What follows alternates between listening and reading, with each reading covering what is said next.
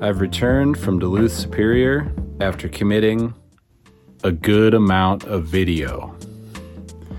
I just got back from Duluth Superior after going up there to make a video about my album $5 that I made back in 2006. And I initially wanted to make it about my song Superior Crimes, but I kind of tried to make it about all the songs as best I could. And there were a few locations that I wish I had visited that I just thought of, like, oh yeah, I should have gone there, or just places that I kind of spaced out on visiting. So I'll try to make up for it, maybe throw some images in the video and just talk about those places a bit. Yeah, overall, I think it turned out pretty well, and I hope you enjoy. So we're up here to record just a lot of footage of Duluth Superior in general, and I was kind of thinking, like, at first I was like, I want to make this about Superior Crimes, and then I was like, well, maybe I should just focus on $5, the album. And of course, like, another, like, a super ambitious thing, which may or may not ever happen, it'd be so cool to make, like, a documentary about Crew Jones. I don't know if that's...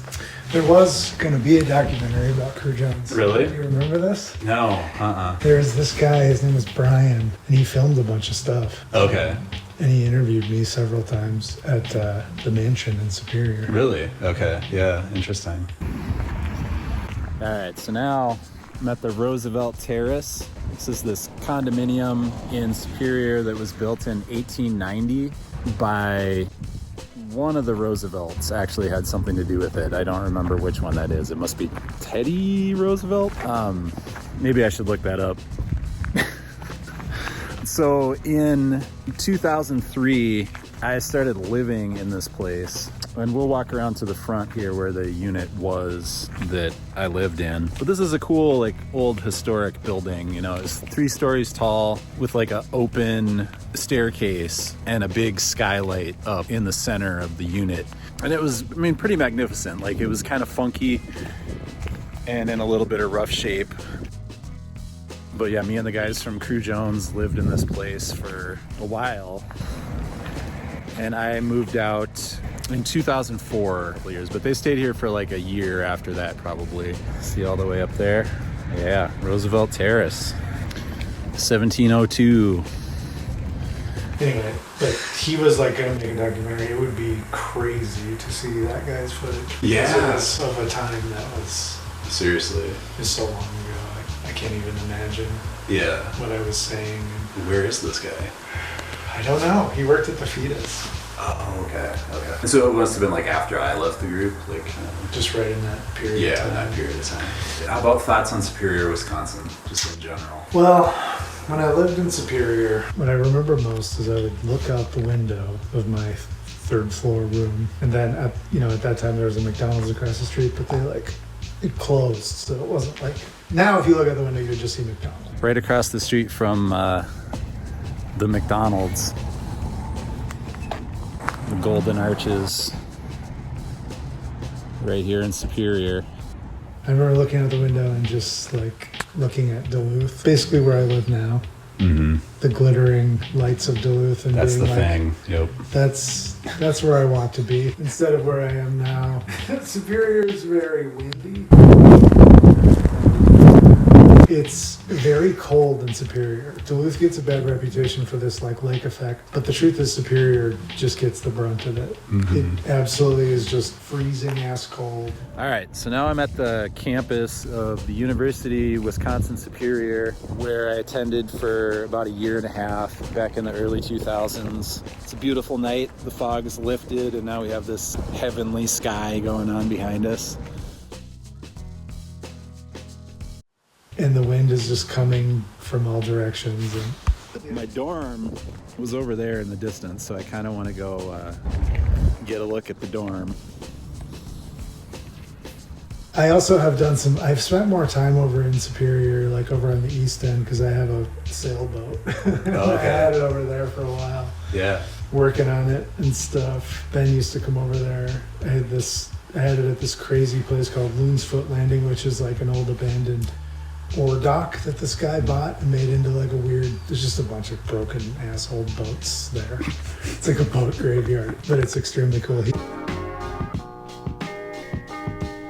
But anyway, yeah. Superior. The refinery blew up.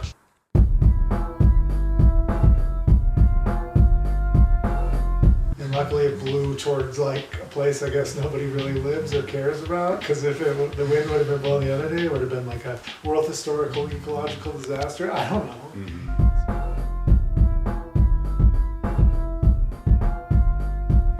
Superior is like when we first moved up there. You were already up there. Yeah. I came up there. Why did I come up there? You know, for the band. For the band. Yeah, totally.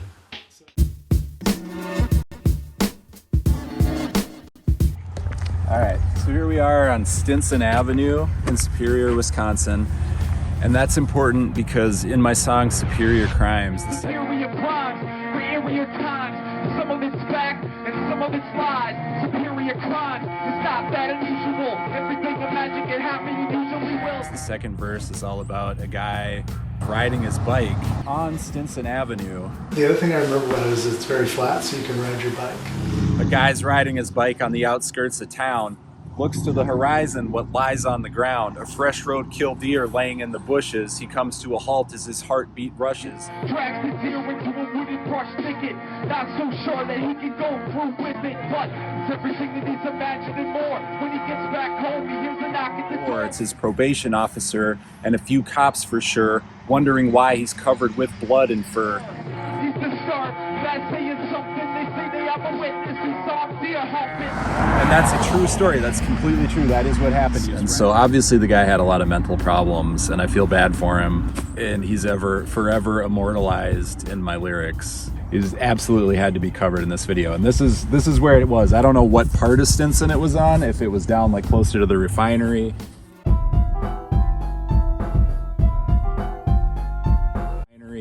Or if it was just, you know, right over there. Like, I have no idea, but... So we're standing in front of what used to be the Tower Avenue Spur. And I worked here in 2002 for like $5.25 an hour. And it was very sketchy and weird. And mostly I just sold lottery tickets and cigarettes to people in the neighborhood. And there were a lot of regulars, people that would come here day after day, sometimes multiple times during my shift.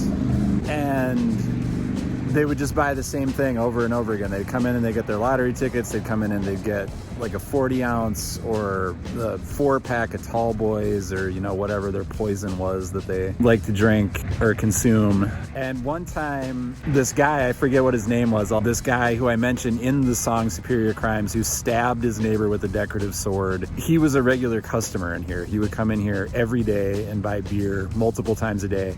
And he was nice enough. He was a nice enough guy. He wasn't mean. He never did anything to me. But when I saw his face in the newspaper after that story broke, I was like, oh yeah, that guy totally came into the Tower Avenue Spur all the time, frequently. And so this was a big inspiration for that song. Just the, you know, not only stabbed by a neighbor with a decorative sword, but just the experiences of being like a gas station teller, gas station cashier, and just the weird people that you have to put up with, the weird stuff that you have to deal with on a regular basis. There was one time when I was in here working and a guy came in who was just like pure evil. Like, you could just feel the evil resonating off of this guy. I don't remember what he looked like or what he said, but he was with a couple other people and he walked up to the counter and I was just like, I could just feel his energy, and it was very, very bad. And so that's the kind of people who would sometimes come in here. And then it never got robbed while I worked here, but a month or two after I quit, it did get robbed. And the old man who worked overnights, he worked from like midnight till 6 in the morning or whatever, and he'd come in and, you know, take over for me at midnight. But he got robbed. And I think it actually got robbed a few times after that, and probably before that too. It was just one of those kind of places. But it no longer exists. It is no longer a spur. Where's your boat at now? It's Knife River. Oh, okay. Probably full of water. It's the whole thing. All right. So what do you recall about creating $5? Like, well, anything? You were in that house on like 5th Street. Yeah. So that that house where I lived was Definitely a missed opportunity not thinking of stopping by that house on 5th Street. I don't even know if it's one of those ones in the screenshot, but it was somewhere around there. But that place was definitely very important in the mythology of Crew Jones. Sean and Ben lived there for a very long time. We practiced there when I was still in the group, recorded music with Sean there. Sean put the finishing touches on the $5 production there. Cokes even lived upstairs for a while because it was a duplex. He lived above them. Get a haircut. Check, check, check. So, yeah, I think I told you this before, but one time a friend of mine said that, and this is a guy who's like toured all over the country in punk bands and like slept on all kinds of gross party houses floors and stuff. He was like, that is the dirtiest house I've ever been in my entire life. So yeah, I remember that place really well. I remember that place. I didn't really run into those guys very often. I had a lot of music there. I was really quite unwell when I lived there. I have so many fond memories of it because it's like when I was like really like the eternal sleepover with Ben is how I see it. Sure. Just like I kind of talked about this at his funeral, but like what if I could just the sleepover never ends, you know? Yeah. And it was kind of like that. So yeah, I remember I had my computer with all my music stuff on it, and I had switched to, I was fully DAW mode at that point. What was I mean, okay, so it is kind of a blur. I was very focused on making a follow-up to the Crew Jones record, Who's Beach. I was too focused on it. One time Ben and I did this remix, and I remember reading one of the few things that ever like went out in public, and I remember reading a review of it, of course, like Googling myself. Yeah, sure. And it was like, this sounds like a depressed outcast. But they meant it like a bad way. And it's like, yeah. The sound of depression is like permeating the thing, and people think that the sound of depression is like a thing that somebody wants to listen to. Like it's going to be Kurt Cobain. Right, like Elliott Smith. It's going to be Kurt Cobain or Elliott Smith. Yeah. And like in hip hop, rap music, I wouldn't necessarily say that it translates. So when I listen to it now, it's pretty ponderous. It's pretty hard to listen to. Why am I talking about this so much? Yeah, I was just really trying to make that record all the time. And some of the sort of musical ideas that I was pushing, like some of that stuff is like amazing to reflect back on and listen to. You know, so we shifted away from that eventually and moved towards being a live act, focused on Ben's like freestyling. Yeah. And I just kind of worked on beats or whatever. You know, when I stopped rapping, it was like a really big shift. Like I really lost track of myself as an artist, like because I wasn't writing. Yeah. You know, that was my main way of writing. And, you know, when I stopped rapping, I was just like, I wasn't writing. Now I've gotten back into writing. Cool. And it's like, it took a really long time to get back to that. And sort of now I can understand how important it was for me. Writing. So it's interesting, like listening to $5 and, you know, just like, you know, you're writing. Like I have a lot of your lyrics in my head all the time, probably more than any. I'm probably your biggest fan. I probably listen to your music maybe more closely and maybe just more in general than probably anybody. Sure. Thanks, Sean. But I think it's like, for me, what it's about really is writing. You know, rap is an excellent vehicle for writing.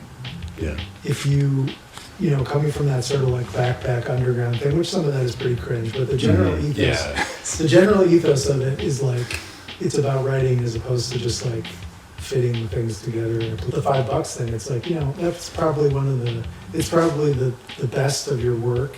And it's interesting, like, why is that, you know? And I think like, it's like the last thing you really, you know, it's like the most mature.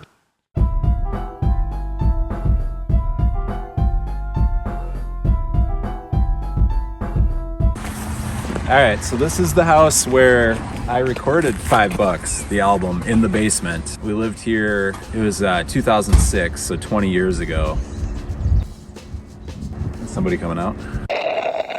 Yeah, I still got it. Just 04, I bought it brand new. Oh wow, yeah, So, yeah, that's amazing. Yeah, and it still runs and everything. Well, it's only got 110,000 on it. Really? Yeah. Wow. And so yeah, down in the basement of this house, I had my little studio set up. I had my little vocal booth with some egg cartons kind of surrounding it for sound. And Really? But I'm not going to drive it in the winter anymore. Yeah. That's I don't do anything that I don't want to do. I'm retired. Nice, yeah. Had my sampler down there, and I had ordered some breakbeat CDs on the internet, and so instead of creating my own beats like I usually had in the past, I just decided to sample some breakbeats. And then my wife had this box, this wooden box, which she still has. We still have it at home.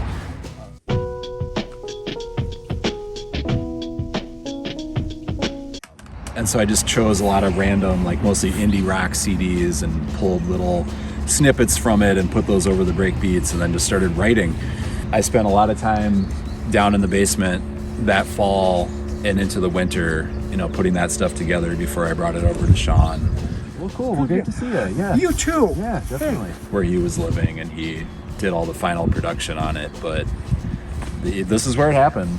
I mean, believe it or not, I don't think anyone driving through this neighborhood would know that someone made a really cool hip-hop album here in 2006, but I did it. You can see Denfeld High School down there. And I could say more about sort of like, the production side of it. I mean, a lot of your music, the stuff that really gets stuck in my head, and the stuff that probably is like my favorite are the things where you're making your own beats, especially the like incredibly shitty sounding old ones. When you're younger, it's like I was obsessed with trying to make things normal so that people would recognize it as music, and we would become famous. Right. I sold my Akai MPC 2000 drum machine when I moved to Duluth. Sold my drum machine when I moved here, so I had enough to pay the rent. Put it on eBay, packed it like a briefcase, took it to the post office, and away it went. And I rented that apartment up there on the second level with the balcony. I only lived there for a couple of months before I moved over to Superior and started living in the condo. But another crazy thing that happened to me while I was living here, and that kind of worked its way into the lyrics of Superior Crimes, was I had a Oldsmobile Cutlass Sierra car that I loved, that I'd had for a couple of years, and I drove it here, moved my stuff here in it. And then the transmission started to go, probably because of these crazy ass hills in Duluth. I had, got it back here into the parking lot, and it just was dead. Like it wasn't dead. You could still fire it up, but the transmission wasn't working. It wasn't really going up hills very well. And so I called like a salvage yard that was going to come pick it up for free and just take it away. So I grabbed like a, garbage bag or whatever, and I was going to go out to the car and just clear my stuff out of it, get all my cassette tapes and tools, whatever other crap I had sitting in the car. So I, just walked down the sidewalk here. Hollywood Williams. I think that's what it's called, which is kind of an amazing name. So anyway, I'm carrying my garbage bag back here. I'm going to pick up all the crap out of my car. I turned the corner, and my car was parked kind of right over there near those trees. But the thing was, the car wasn't there anymore. All that was there was a pile of glass, and the car was gone. And so it turns out someone had stolen the car, and they got it a couple blocks up the hill and realized that it wasn't going to make it. The transmission was shot, and they just left it in an alley. And then it was towed away, and they told me that if I wanted to come and get the stuff out of it, collect my stuff, it was going to cost me like $70 or something. And this was 2003, and I sure as hell didn't have $70, so I just left all the stuff. And that was the first time that I experienced a car getting stolen. Not the last time, but it was the first time. So this is kind of a historic moment in my Twin Ports experience. And so I was just trying to make things pass the normal test as like a commodity. And I put so much into it. And then, it's like now, it's like, everything's a fucking commodity. Mm-hmm. Our entire imaginations are hijacked by this like fucking neural network of like the most fucking insidious, venal, evil people in the, human history have like completely like reached inside of our minds and hijacked our creativity and imagination. Yeah. It's like a fucking mind war. Did you see this coming? That we're all losing. No, but when you listen to the lyrics, it's like what's so funny about it is like we're obviously very sensitive people. Yeah. Brought us together. It's like, your old lyrics are so like, cynical and paranoid and stuff, and it's like, mine too. Right. It's like it felt that bad, but it wasn't that bad. Yeah. Like now it's and now it is. Yes, And I so agree. That's Totally. interesting. And there's definitely some foreboding in that. But, you know, for both of us, we were just obsessed with like the social world and how we were alienated from it. Mm-hmm. It's like all your music is mostly defined by alienation and paranoia and stuff, as is mine. Yeah.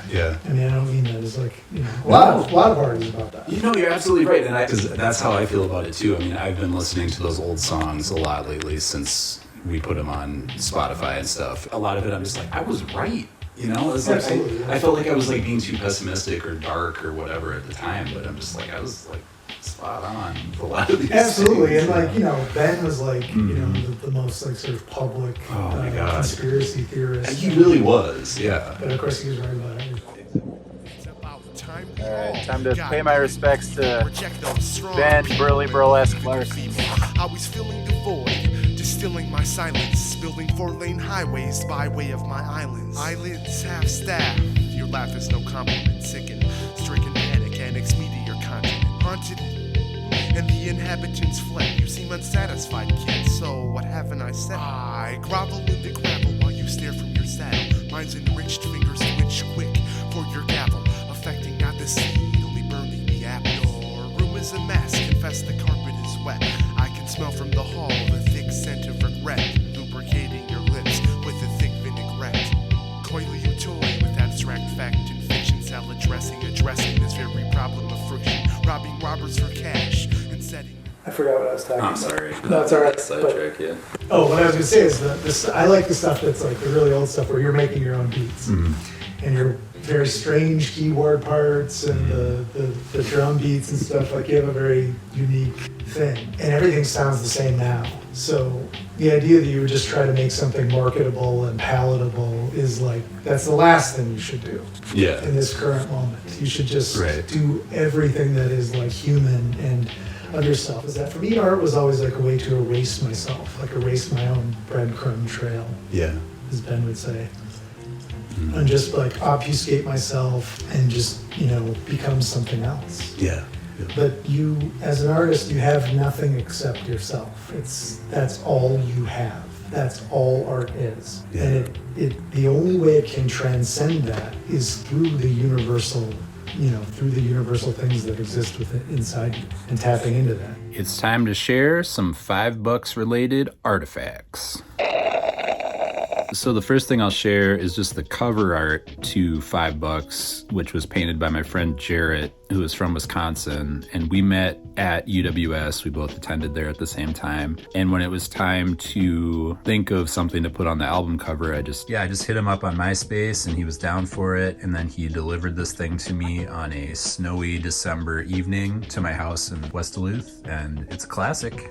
Another place I really wish I had stopped by while I was up in the Twin Ports was Wuso's Concert Cafe, formerly Beaner Central on Central Avenue in West Duluth. And that place was really pivotal in my Twin Ports hip-hop career. Xchange played a lot of shows there. Great stage, great sound, smallish venue, so it was always easy to fill it up. Yeah, lots of good shows. I remember there was one time where Xchange and Crew Jones played a show there, and Crew Jones had a live drummer. I just have such fond memories of that show in particular. Played a lot of shows in Duluth and Superior. But so Jarrett also created this flyer for my CD release show, which we ended up playing as Xchange, but we were still being billed as Ray the Wolf at that time. Someday I'm gonna throw this baby on the back of a jean jacket. And lastly, on my song MN Viking, Minnesota Viking, I started off by saying, I know what I see, and that's how I call 'em. I read the Reader Weekly for Paul Ryan's column. And that was just in reference to Paul Ryan, who wrote for the Reader Weekly in Duluth at the time. And it was kind of juvenile humor, but I always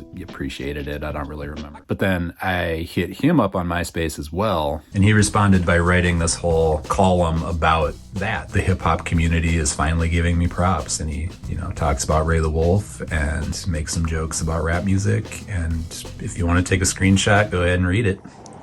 So now I'm on Skyline Parkway with this amazing view of the Twin Ports behind me. It's fucking gorgeous. And I'm up here because when I released $5, or as I was getting ready to release it, and I had Cokes, my bass playing friend, my coworker, agree to play bass on it. He was living in a house that I think was across the street here. I don't know if it was that blue house or if that empty lot is maybe where the house stood, but it doesn't look the same as it did 20 years ago. But anyway, I brought my multi-track recorder over here and went down in his basement where he had his whole like rig set up and he played the bass on it. And then that's how we founded what would become our group 5 Bucks. After I released the album, I wanted to play a show, and it just seemed easier to form a live band and do it that way than try to figure out how to, just rap over my instrumentals, which I've never really thought that was the most exciting way to do a performance. I think what happened is that Rain had approached me originally because I had been playing bass in some local bands for a little while, and I'd been living with my friend Brad, a drummer, for a while, and we were all on board right away because we knew Rain was very talented, and we just started practicing in me and Brad's basement, and I think just the 3 of us, and then Jesse came on board because everybody was just down because we were living in Duluth. I mean, for Christ's sake, there's nothing else to do there. And it all gelled instantly. There were no boundaries, nothing to hold anybody back, no egos. It just sounded great, of course, and just went from there. So this is also where my band first got together and where we would practice and where we recorded our first album. So we spent a lot of time in that house. And then it's also where Brad, our drummer, passed away in 2009 after we recorded our first album. So after Brad passed away unexpectedly, local drummer Matt Milinkovich stepped in and to fill his shoes. After a little while, we took a little bit of a break. But this is another important spot for me in the Twin Ports. But again, things just, some things stay the same and some things change. And I guess that's just how life is. Yeah, I got into music to make the music that wasn't there in the world. Yep. You try to make the music that you wish there was more of. It wouldn't be about trying to make it sound to fit into some sort of pre-existing commodified paradigm. Yeah, sure. You would try to make the sounds that don't exist. And especially as I get older, you're always kind of fighting off nostalgia. Which brings me back to this thing about 5 Bucks. So one thing about 5 Bucks that I thought was really notable is it didn't have, so it had samples, it had breaks. The Northwoods break is unbelievably hard. I don't know what that break is, but it's very hard. Start the car and it barely turns over. You weren't sober last night, drove home anyway. Feel the earth rotate while waiting at a stoplight. Truck in front of you has a Wellstone sticker. No shit kicker, redneck, but don't bicker with those folks in closed minds who don't know different. Spending only never told me nothing meaningful. Walk by the river in the evening in the freezing cold. Bring it. Very hard break. I remember I would never allow myself to use breaks either. Because I was like, I have to make everything myself. Very strange, dogmatic thing. I don't know why I was so obsessed with that, but I think we both kind of had that. There was some sort of aversion to using samples. I thought it was very freeing that you had samples, and then also it just sort of it seemed to free you up. And it became more about the writing. Exactly. Less about these songs or the beats. If they're fun to rap to, if they inspire writing, they have a function to make you write the raps. If dance music doesn't make you dance, it's not serving its purpose. And I think that's true of rap beats too. Well, I remember getting the tracks and being I found the sample thing freeing. I found it liberating to not have to fuss over it. I could respond to it as a producer more what would elevate the rap here? What would make the rap fit into the beat better? What would move the song? What would help the narrative of the song? And that's what I hear when I listen to it is this helps. This, there's that part on, I think, Wash My Brain where you kind of flip the narrative to where your brain is washed. Right, totally. The beat kind of flips there. And hey man, could you hand me the sports page? I think I'm getting better at ignoring my outrage. It's not so bad, right? This pill gives me confidence to proceed forward and pile on accomplishments. These commercials feed my personal identity, pinpointing things I have in common with celebrities. That's kind of shit is very cool. Yeah. So. I love the solo that you play at the end of Cereal Bowl.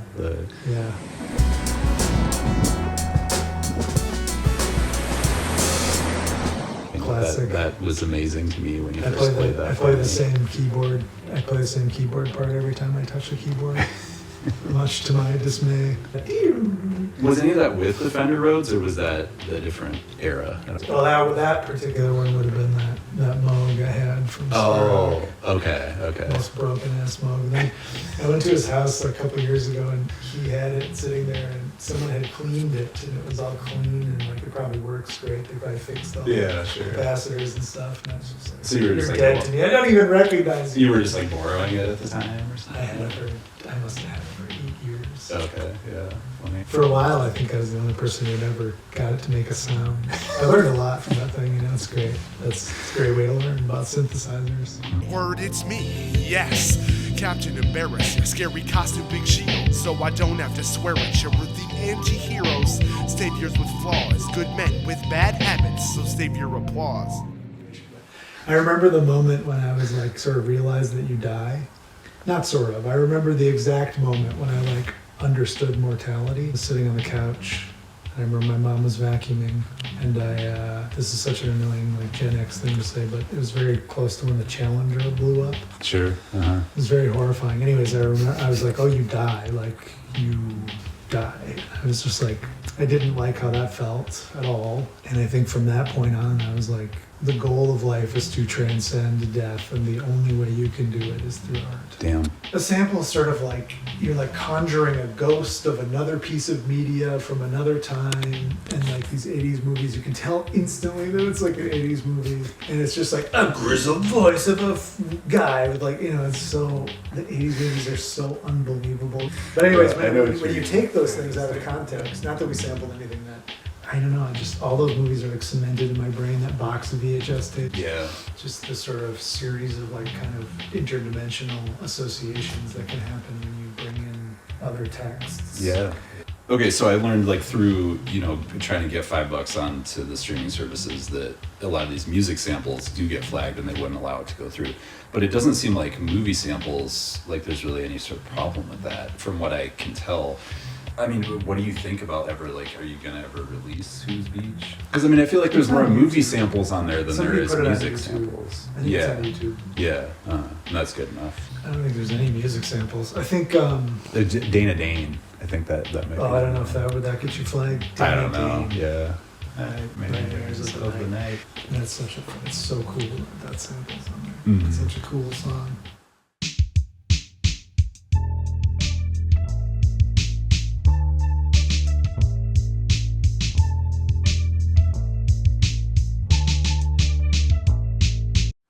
Yeah, maybe. Again, like it's kind of hard because it's just like I don't really know what I feel about anyone having access to any of it. Yeah. I put Southwire up because I feel like it's sort of the only record there is of Ben's sort of like mature self as an artist. Even that is like, I think he would have kind of hated that. Sure. He would have been like, don't put it up. Yeah. Not in like an obscurity as purity way, but in a just sort of like what is gained by throwing it into the gaping maw of the fucking like Silicon Valley death machine. I don't know. All right, Cokes. Favorite hip hop albums? Go. Cypress Hill's Black Sunday, Jizza's Liquid Swords. I was never very far into hip hop. My first favorite hip hop album was De La Soul's Baloney Mind State, and it always just stuck with me. I don't know how I related to the lyrics, but I just did. Yes, I love Black Sunday. I bought Black Sunday probably 5 times on CD, and now I can just stream it as many times as I want. And of course, huge De La Soul fan. Alright, so to wrap up this video, just want to say I truly love the Twin Ports. I think Duluth Superior is an amazing part of this country, and I'm really glad for the 12 years that I got to be a resident here, and all the great people that I met, and all the really cool art that I was able to participate in here. And yeah, if you are finding this video, I think you should check out my album $5 because it's a classic Twin Ports hip hop album, and I talk about a lot of things that just kind of conjure up images of this landscape and the people and places that you'll find here, and the Great North Woods. So thanks for watching. Ray the Wolf.